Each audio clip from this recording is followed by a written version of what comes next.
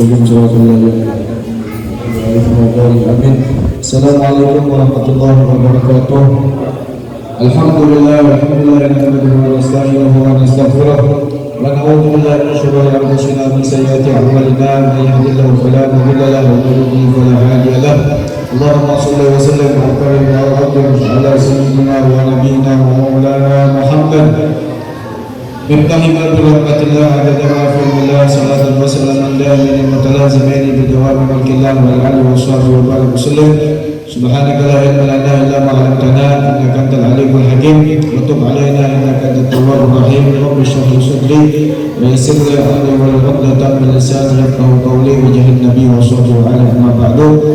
Atau mukarramun para habaib yang sama-sama kita belajar dan kita cintai, dan para alim ulama, guru-guru agama yang bisa disebutkan, dan insya Allah mudah-mudahan kita doakan para habaib kita, para guru-guru kita, para ulama kita semoga diberikan panjang umur, sehat walafiat, dan semoga selalu dalam lindungan Allah Subhanahu wa taala, dan semoga apa yang beliau hajatkan mudah-mudahan dikabulkan Allah Subhanahu wa taala. Dan para orang tua kita juga, para jamaah hadirin dan hadirat yang seberatan, mudah-mudahan Allah panjangkan umur, sehatkan badan, dan semoga segala penyakit kita mudah-mudahan diangkat oleh Allah Subhanahu wa taala, dan semoga apa yang kita hajatkan dengan berkah majlis malam yang mulia ini semoga Allah memberikan hajat dan niat kita, amin ya rabbal alamin. Puji syukur kita aturkan kehadiran Allah Subhanahu wa taala, di mana malam yang mulia ini kita masih dipertemukan kembali, ditakdirkan oleh Allah di majelis yang mulia. Mudah-mudahan majelis ini yang menjadikan sebab turunnya rahmat Allah Subhanahu wa taala, majelis yang menjadikan sebab mudah-mudahan dosa-dosa kita diampuni oleh Allah Subhanahu wa taala. Dosa kedua orang kita, para guru-guru kita, keluarga kita, dan orang kita cintai, maupun mereka yang telah mendahului kita. Semoga kita doakan mereka yang di dalam kuburnya mendapat rahmat dan ampunan Allah Subhanahu wa taala. Semoga menjadikan kuburan satu taman daripada taman surga Allah Subhanahu wa taala. Amin. Amin ya rabbal alamin. Salawat dan salam tak lupa kita aturkan kehadiran junjungan Nabi kita Muhammad sallallahu alaihi wasallam, juga para kerabat, sahabat, dan durian-durian yang sampai hari kiamat. Mudah-mudahan kita dikumpulkan nanti di dalam surga Allah beserta Nabi kita Muhammad sallallahu alaihi wasallam. Amin amin ya rabbal alamin. Hadirin wal hadirat yang dirahmati Allah, sedikit kita menyambung pengajian kita dan kita menyempurnakan majlis kita, yaitu masalah kemarin daripada ulang bab masalah fikih, yaitu beliau mu'alif rahimahullah ta'ala wa nafa'ana bihi wa bi'ulum dan amin wa syara'itu sihatiha ay salati samaniyatun, syarat-syarat sah sembahyang. Jadi perlu kita ketahui, apabila sembahyang kita akan sah atau diterima oleh Allah, harus kita memperhatikan 8 perkara ini. Apabila kurang daripada 8 perkara di dalam masalah sembahyang, maka otomatis ada sah sembahyang kita. Yang pertama, awalnya at-tamyiz. Yang pertama yang perlu kita perhatikan at-tamyiz. At-tamyiz ini maksudnya wa huwa alladhi yafhamu bil al-khata' wa yaruddu bi al-jawab. Inya yaitu memahami dengan orang yang ada di hadapannya. Apabila inya berpandir, inya paham. Maksud kita dipandiri, inya paham. Atau ditakuni, inya mau menjawab. Itu namanya tamyiz. Atau bahasa anak-anak ini ya, artinya di atas umur 7 tahun tahu ditakuni kan dari mana, dari sini. Kan habis lawan siapa, lawan si anu. Ditakuni inya mau menjawab, dan ditakuni inya paham. Itu tamyiz. Itu syarat sah. Syarat sah sembahyang. Tamyiz. Nah, atau bahasa kita ini maksudnya berakal. Makanya orang yang gila itu termasuk orang yang ada tamyiz. Artinya orang masih berakal. Tamyiz. Kalau membedakan yang mana yang baik, mana yang buruk, itu tamyiz. Atau bahasa kita ini bisa bawa berak bahasa seorang mengambil bahasa seorang makan itu tamyiz. Itulah kalau tasih sholat dari mumayyiz, maka ada sembahyang ada sah sembahyangnya orang yang karena tahu belum sampai mumayyiz. Maksud bahasa kata akan mengalami sunnah, tapi punya tamyiz itu walaupun yang belum balik sah, tapi yang ada wajib. Kenapa? Karena yang belum balik. Cuma kita disunahkan, artinya menyuruh kekanak-kanak umur 67 tahun disuruh sembahyang, itu disunahkan, dianjurkan. Nah, ya dilanjutkan sah sembahyang walaupun ini belum wajib tapi sah. Nah, pahalanya tuh nantinya gawe kembali kepada orang tuanya, kembali kepada orang tua. Kan kita penting apabila anak di umur sudah 7 tahun itu disunahkan kita sembahyang. Apabila sembahyang sah ya, sah. Supaya apa? Supaya jangan sampai kita di saat kita sudah wajib punya sembahyang kadang-kadang lagi kita menyuruh, ada sampai memakai kayu lagi memukuli, lambat disuruh langsung macam orang aja suruh aja itu sudah ya. Kenapa? Karena ini sudah terbiasa. Makanya orang yang sudah terbiasa ini, kebiasaan itu tergantung lingkungan, Makanya kalau kita punya mantu beruntung mana tuh orang tuh apabila berdiam para masjid atau para musola atau para pelanggan, tentunya terpengaruh dengan lingkungan. Apalagi di situ ada tempat pengajian, tempat majlisan, itu nyaman kita. Tapi jauh berdiam dari masjid, ajan aja kadang-kadang itu ngalir. Apalagi kita dengan sembahyang, kita dengan sembahyang, anaknya, ya Allah, kita paham nyaman. Artinya walaupun umpamanya jauh dari masjid, jauh dari musola, jauh dari langgar, yang penting dari kitanya aja lagi pulang pulangnya. Karena kita ini berkat, artinya untung berkat tahun majelis, majelis tahun, yang mana yang wajib. Nah itu, alhamdulillah, maka kita untuk ilmu.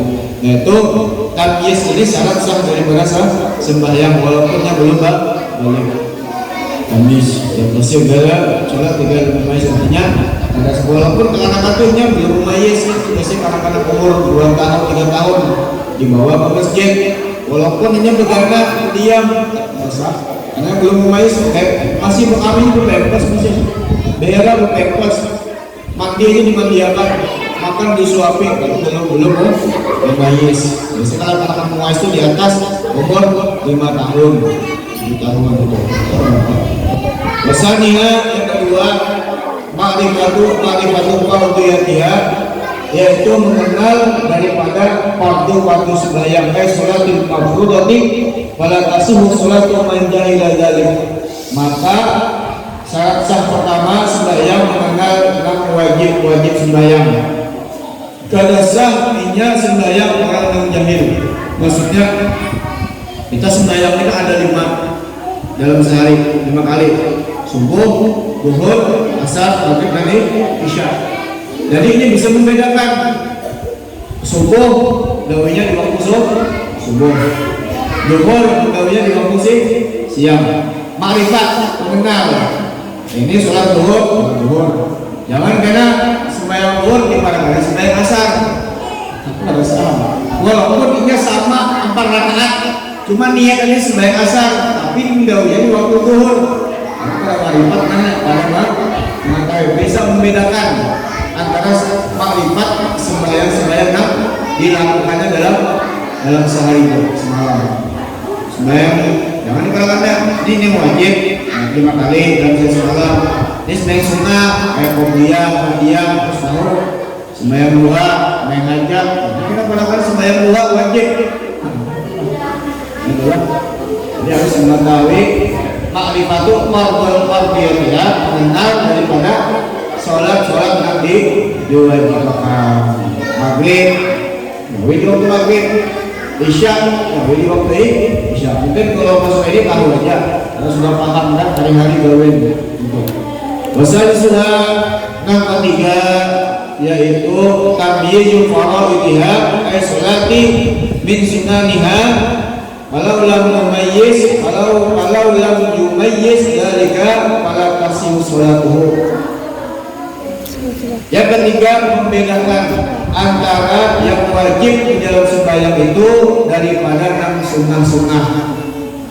Seandainya apabila kadang-kala membedakan antara yang demikian, yang mana yang wajib, yang mana yang sunnah, maka kada sah sembahyangnya.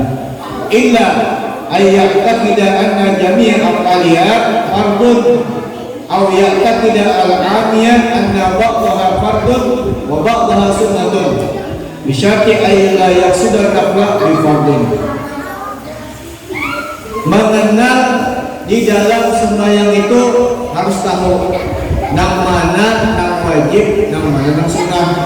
Kita dalam sembahyang kan ada sunnah abad, ada sunnah hayat, ada rukun, ya, ada rukunnya rukun qauli, rukun fi'li, ya, mengetahui harus tahu dalam sembahyang itu yang mana yang wajib, yang mana yang sunnah. Ruku wajib, iktidal wajib, takbir rukun qauli, Allahu Akbar, tahu fardu. Jangan sampai di dalam sembahyang itu inya kada tahu, apalagi inya mengatakan yang wajib ini hukumnya sunnah. Itu ada sah sembahyangnya. Kecuali inya beriktikad bahwasanya mengadakan semua gawian yang di dalam sembahyang ini dari awal takbir sampai salat hukumnya wajib. Bapak dipadangkannya gitu. Padahal ayat awal sunnah aja, cuma dipadangkannya wajib. Itu salah sembahyang, sah. Atau yang beriktikad bahwasanya di dalam sembahyang itu sebagian ada yang wajib, sebagian yang sunnah. Atau berapa Pak? Cuma ini kan tahu mana yang wajib, mana yang sunnah. Boleh kok. Makanya kita harus penting mengenal masalah daripada belajar fikih, masalah sembahyang. Kenapa? Karena sembahyang ini sangat berhajat kepada ilmu fikih. Itu. Ya takbir, sampai salam tuh wajib kita mengenal, banyak kita belajar. Ya sampai keadaannya yang wajib umpamanya Allah kan mengangkat takbir ini kan hukum sunat. Yang wajibnya apa? Allah, mengucap Allahu Akbar, Allahu Akbar. Mengangkat tangannya hukum sunat, cuma dikatakannya wajib untuk Bapak. Atau yang beriktikad ada yang sebagian di dalam sembahyang itu hukumnya sunnah, ada sebagiannya wajib. Coba kalian tahu yang mana? Aku kata Bapak. Yang penting jangan dikatakannya mengucap Allah Akbar itu hukumnya sunnah, ada apa? Wajib. Atau dikatakannya baca Fatihah itu hukumnya sunnah, malah baca surah wajib. Itu hukumnya adalah ada sunnah. Jadi harus tahu membedakan antara yang mana yang wajib, yang mana yang sunnah. Atau dikatakannya yang sunnah itu hukumnya wajib, Bapak. Atau sebagian di dalam sembahyang itu gaweannya ada yang sunnah, ada yang wajib. Jelas sudah syarat sah daripada sembahyang. Walaupun yang keempat, ma'rifatul dukhulil waqti yakinan aw warnan aw ilmi bidukhulihi. Syarat sahnya harus yakin mengetahui masuk waktu sembahyang secara yakin. Apabila kada yakin, jangan dulu azan, jangan dulu sembahyang atau bergagas untuk berjalan menuju zuhur. Masuklah belum. Anak lapas sembahyang itu jangan tempat ada musuh mau kemana kan atau berjalan pas zuhur malam tapi belum yakin lagi, jangan dulu digawe. Harus syaratnya ya. Kalau yakin ini berarti 100%. Makanya biasanya kita umpat aja di masjid kurang ajar itu masuk waktu sembahyang. Allahu Akbar, berarti masuk sembahyang. Sembahyang sini langsung salah. Kurang ajar sembahyang salah. Cuma membawa bahkan ajar bahkan adzan terus sembahyang pokoknya belakas bahkan kita adzan dulu baru. Kenapa? Karena orang adzan kita sunat dianjurkan untuk mendengarkan orang adzan. Kita ini baca Quran aja orang adzan itu sudah berhenti. Bahkan orang adzan harus sembahyang juga. Baru orang adzan harus sembahyang. Makruh dia. Unjuk ini di awal waktu, cuma bukan pada tempat daripada awal waktu yang diperintahkan di waktu sembahyang. Awalnya atau sangka-sangka, sangkanya ada yakin. Kalau yakin 100%, ada don, yakni 75%, 75%. Itu masih awal, artinya usia, pokoknya mati lampu di biasanya. Jam mati pulang, baru ketahui, ya bawa pendidikan bulan. Kemudian dia yakin, secara yakin 75% usah. Tapi amun syaknya Pak 50%. Ragu-ragu mengatakan masuk kan ada nggak? Masuk kan ada. Belum masuk, pulangnya masih hari belum sampai, atau ragu 50%, ini jangan, mending dilambatkan waktu sembahyang, atau waham mulai 25% dalam keyakinan itu dilambatkan, jadi harus 100% atau 75%. Sekarang maka sholat ini dalik pada masuk ibadatuhu wa in waqa'atil fil waqit. Maka apabila ia sembahyang dengan tanpa mengetahui waktu masuknya waktu sembahyang, maka akan sah ibadahnya sekalipun ia masuk pada waktunya kada yakin. Intinya pada ya yakin, jadi harus ya yakin daripada mengetahui syarat sah orang sembahyang. Belum dia nyaman aja sudah, artinya di mana-mana terdengar azan walaupun berbeda semenit, ada beda 2 menit. Biar yakin kesempatan pertama, bukan ragu 4 di mesin ini. Kenapa? Yang penting jangan atau jauh mengambil aja dulu. Yang penting syaratnya ya yakin. Tapi sudah kali yakin, ya salah tuh udah yakin atau pulang. Atau di sana kada yakin pulang lah. Di sana pulang. Jadi syaratnya harus ya yakin. Itu daripada syarat sah daripada masalah sembahyang. Mafaqisuha situl awram bima yamna'u idrakal lawnil basyarah walau kana khaliyan bi dhulmatin wa in kana kamu al-qudrah alaih dalam nasihu salatuh. Yang kelima, menutup aurat. Syarat sah sembahyang yang pertama. Yang kita ini alhamdulillah artinya aurat kasih tertutup aja. Ya, baju banyak, api mesti banyak, gamis banyak, untuk aurat. Itu aurat juga yang memberikan kelembagaan menutup sesuatu menegah yang memperdapati warna kulit sekalipun ia berada di tempat yang sepi pada kegelapan. Baik anak tahu mengalir apabila yang meninggalkan disengaja meninggalkan menutup aurat tapi yang mampu, maka pada sah sembahyangnya. Maksudnya kayak ini, baju kita ini yang penting tertutup aurat dan ada kelihatan kulit. Ya kalau itu baju transparan, bahasa kita tuh apabila dipakai kelihatan kulit ini, kelihatan kulit. Atau kalau itu mau bertato pakai baju transparan kelihatan tatonya, itu nggak boleh pakai. Baju gamisnya kelihatan, nggak kelihatan. Yang penting jangan sampai kelihatan transparan. Kalau dia memang transparan, apabila ini kada mampu, karena bisa gamis, selawar aja ada. Banyak, ada lagi baju sampai susahnya miskin tadi. Ayo, bayangkan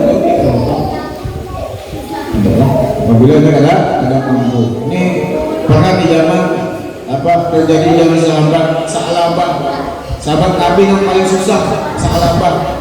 Jadi sahabat ini I-nya berisi pakaian, sebutin aja lawan bininya. Jadi apabila I-nya ke masjid, sembahyang subuh lawan Nabi, Sa'labani imbas salam langsung bulik, bergantian lawan bini. I-nya bertelanjang, bertutup aurat sedikit aja, bininya nggak pakai karena sembahyang subuh. Kenapa? Karena apabila I-nya umpat wirid lawan Nabi, sampai waktu habis sembahyang subuh, bininya kan sembahyang. Jadinya mbak imbas salam subuh boleh Sa'labah tadi bergantian, saking susahnya bisi baju sedikit aja bergantian anak sembahyang lawan bini. Sampai ditakuni sahabat, ditakuni Nabi, beberapa hari kalau Sa'labah ini bulik imbas salam bulik. Kadang-kadang kau berwirid lawan Nabi, yang itu berdoa berwirid sama-sama. Ujar aku nih bang, kenapa imbas sembahyang masih bulik? Karena aku berwirid, karena berdoa lawan Nabi, kenapa alasannya? Lalu ujar Sa'labah sampaikan kepada Rasulullah, aku ini susah, aku bisa pakaian sebiji aja, ini bergantian lawan bini ku sembahyang. Kenapa? Apabila aku umpat wirid lawan Nabi, umpat berdoa Nabi di waktu subuh sampai ke bid fajar, bini ku ketinggalan sebelum subuh, makanya aku bulik bergantian dengan pakaian yang tadi sebiji susahnya. Makanya ujar Nabi, ujar Sa'labah, wahai Rasulullah, doakan ulun, mudahan ulun ini sugih lah, maksudnya nyaman hidup kalau kita sugih, supaya ulun tahu bertukar pakaian, tahu bertukar gamis, tahu bertukar baju, supaya nyaman dulu ibadah tenang. Karena mikirin duit lagi. Apa jangan Nabi, wahai Sa'labah, sedikit ini nak syukuri lebih baik daripada banyak, karena kita bersyukur. Kita mana mampu, tapi ini kan tahu melihat kadar-kadar ibarat para sahabat ini, yang mana yang mampu, yang mana yang kadar tahu Nabi. Nabi ini ibarat dokter. Apabila pasien itu datang tahu ini obatnya. Nah Nabi itu tahu, karena itu Sa'labah apabila kamu sugih kamu tidak lupa, ada ingat lupa nikmat. Tetap dia Sa'labah datang kepada Nabi, kita doakan, Rasulullah doakan ulun waktu sugih. Dan Nabi, yang sedikit ini naik syukur aja, tidak apa-apa sudah. Yang penting ikan bersyukur daripada ikan bisa nikmat banyak, ikan pada bersyukur. Datang lagi Nabi, kita doakan sugih. Tiba-tiba doakan Nabi, Nabi. Sa'labah ini bisi kambing tinggali oleh sahabat, kambing laki bini. Tiba-tiba Sa'labah ini bisi kambing digaduh oleh Sa'labah. Sampai-sampai makin hari Sa'labah ini beranak kambing tadi, digaduhnya, digembalanya, beternak. Yang biasanya mungkin tempat berjamaah dalam sehari 5 kali, karena subuh dan ketinggalan. Makin hari makin ketinggalan berjamaah. Makin hari empat Jumat aja Sa'labah, ada lagi kan sembahyang 5 waktu tadi udah aku nih bahasa apa sibuk gaduh kambing ya. Gara-gara apa? Sibuk dengan harta tadi. Sampai terus menerus dikatakan kambingnya Sa'labah itu penuh di kota Madinah. Saking nyimpang apa? Gara-gara dapat nikmat yang didoakan oleh Nabi. Ujungnya apa? Ada tempat lagi berjamaah oleh Nabi. Gara-gara harta menyibukkan dengan Sa'labah. Jadi Nabi lebih sedikit ikan Sa'labah, tapi kalau bersyukur daripada ikan banyak wisata, ujung-ujungnya pada bersyukur. Artinya karena kawa ikan umpat kena beribadah tadi. Ini luar biasa. Ini kisah daripada Sa'labah. Ujung-ujungnya apa? Matinya dalam keadaan suhul Fatimah. Sampai-sampai jakatnya kan mengeluarkan. Jangan doakan ambil jakatnya. Kayak Rasulullah dulu masih menghitung lagi berapa hasilnya. Nabi meminta zakatnya kali dibalik.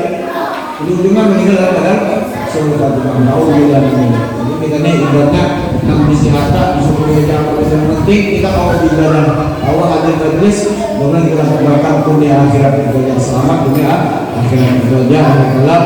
Mudah-mudahan sedikit ini bermanfaat. Kurang lebih mohon maaf. Assalamualaikum warahmatullahi wabarakatuh. Assalamualaikum. Alhamdulillah rabbil alamin arrahmanir rahim maliki yaumiddin iyyaka na'budu wa iyyaka nasta'in shiratal ladzina an'amta 'alaihim ghairil maghdubi 'alaihim waladdallin amin. Bismillahirrahmanirrahim. Qul huwallahu ahad Allahu samad lam yalid wa lam yulad wa lam yakul lahu kufuwan ahad. Bismillahirrahmanirrahim. Qul huwallahu ahad Allahu samad lam yalid wa lam yulad wa lam yakul lahu kufuwan ahad. Bismillahirrahmanirrahim. Qul huwallahu ahad Allahu samad lam yalid wa lam yulad wa lam yakul lahu kufuwan ahad. La ilaha illallah Allahu akbar. Bismillahirrahmanirrahim. Qul huwallahu ahad min syarri ma khalaq min syarri ghasiqin idza waqab wa min syarri nafasati fil 'uqad min syarri hasidin idza hasad. Bismillahirrahmanirrahim. Qul a'udzu birabbin nas malikin nas ilahin nas min syarri waswasil khannas alladzi yuwaswisu fi sudurin nas min syarri nas. Bismillahirrahmanirrahim. Alhamdulillahi rabbil alamin. Allahumma shalli wa sallim ala sayyidina Muhammad wa ala sayyidina Muhammad wa ala alihi wa sahbihi wa taqabbal sallallahu alaihi wa ta'ala alaihi wa alihi wa sahbihi wa sallam wa nazila sallallahu alaihi wa taqabbal wa rabbi sallallahu wa habibina wa syafiina rasulullah Muhammad sallallahu alaihi wa sallam sallallahu alaihi wa sallam min amri wa muslim sallallahu alaihi wa sallam wa sahabatu wa tabi'in wa tabi'in wa sallam dengan al-fatihah lil mustahidin wal qutub wal awliya wa al hadith wal fuqaha wal muhaddisin wal mufassirin wa sallallahu alaihi wa sallam wa muslimin dengan al-fatihah wa mu'minina wa mu'minina wa syahidina wa sajidina wa liqa'atina والمؤمنين والمؤمنات والمسلمين والمسلمين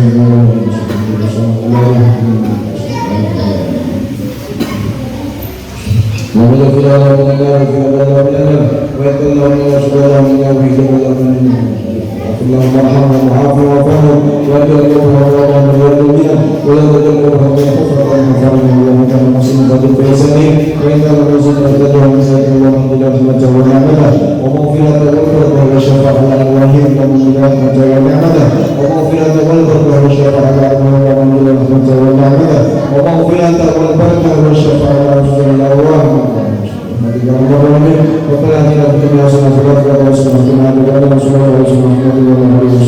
Alhamdulillah rabbil alamin.